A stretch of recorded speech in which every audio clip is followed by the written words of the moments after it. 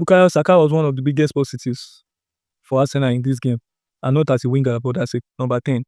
He was constantly receiving between the line, turning quickly, and most importantly, moving the ball forward. Every attack flowed through him, right side, left side, and central areas. He was linking everybody together. You could see the intelligence in his position. Instead of staying and waiting for the ball, he was finding pockets, giving passes, options, and speeding up Arsenal's tempo. And in the same way, Saka dropped a nice performance, about 9 point something rating. This should tell you that the problem started when he was pushing out wide. Then once Saka moved to the right wing, we see him struggling, not moving the way he should move. Bukayo Saka was the first Arsenal player to score, complete 5+ dribble, win 10+ duels, and recover possession 9 times in the Premier League match since Santiago Cazorla against Manchester City in January 2015. And look at how Declan Rice actually showed how good he is also in this game. Talking about the goal at first,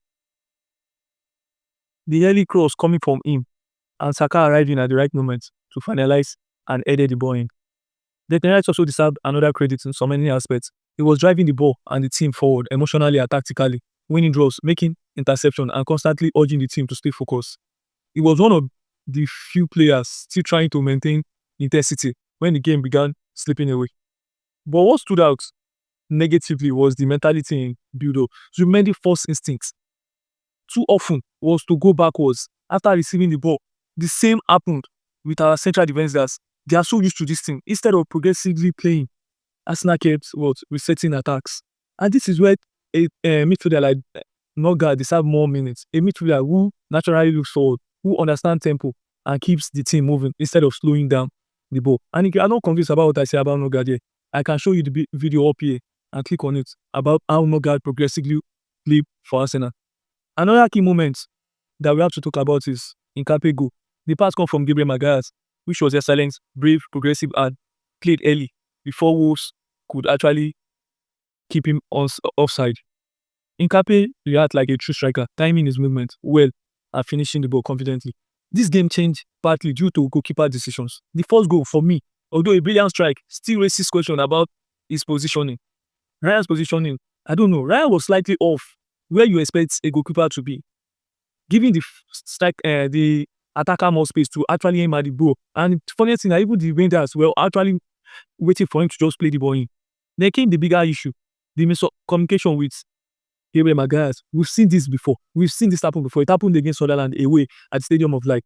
Miscommunication between the two. What is always making you two to be miscommunicating? Raya sometimes try to do too much. Despite the 2-2 result and the title is still alive, it could go either way right now. But Arsenal must change few things quickly. And the first thing is mentality.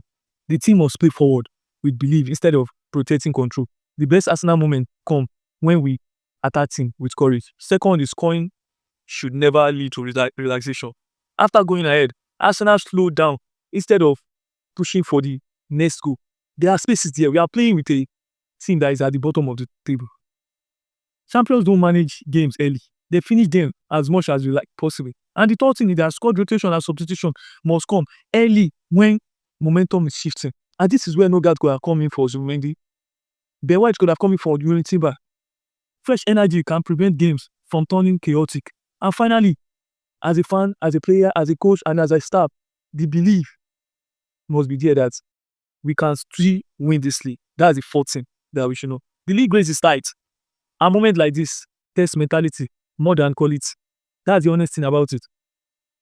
Arsenal show flaws tonight, we know that. But if they learn from this performance, that let us look at it in another way. If we keep playing like this, we cannot win the league. And they repeat this kind of thing, the title will be over.